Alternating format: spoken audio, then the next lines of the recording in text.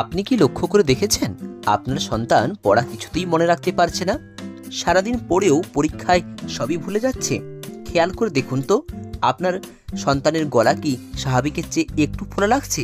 যদি উত্তর হ্যাঁ হয়, তবে এর পেছনে থাকতে পারে আয়োডিনের অভাব। আমাদের শরীরে থাইরয়েড গ্রন্থি ঠিকমতো কাজ করার জন্য আয়োডিন অপরিহার্য। গর্ভবতী অবস্থায় মাতৃদেহে এর অভাবের ফলে শিশুর আইকিউ পাওয়ার কমে যায়, বধিরতা লক্ষ্য করা যায়, জড় বুদ্ধি সম্পন্ন সন্তান এবং মুখ থেকে লালা নিঃসরণ হতে পারে। বয়স্কদের থাইরয়েড গ্রন্থি ফুলে গিয়ে বাইরে বেরিয়ে যায়, যাকে গলগণ্ড বা গয়টার নামে পরিচিত। শুধু কি তাই, মানুষের মাথার চুল পড়ে যায়, মুখমণ্ডলে ফোলাভাব লক্ষ্য করা যায়, চোখের নিচেও ফোলাভাব দেখতে পাওয়া যায়, যাদের একসঙ্গে আইডিডি বা আয়োডিন ডেফিসিয়েন্সি ডিসঅর্ডার বলা হয়।